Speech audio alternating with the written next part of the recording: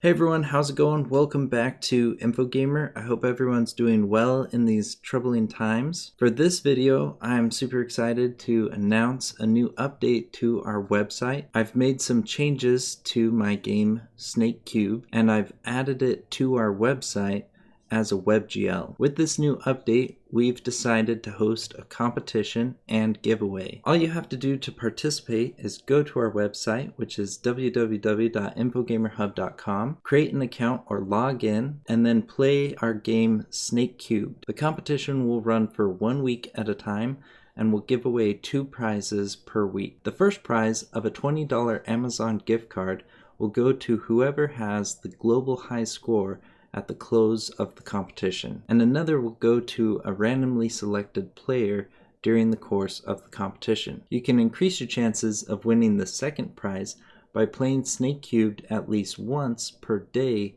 during the time it's open. Now we're hosting this competition as a way for people to have a little fun while on our website. This is the first of hopefully many competitions that we'll have on our website. In the future, we plan to have more with different games and better prizes. So please show your support by going to the link in the description below and check out our game Snakecubed. Thank you so much for watching, and we'll see you next time.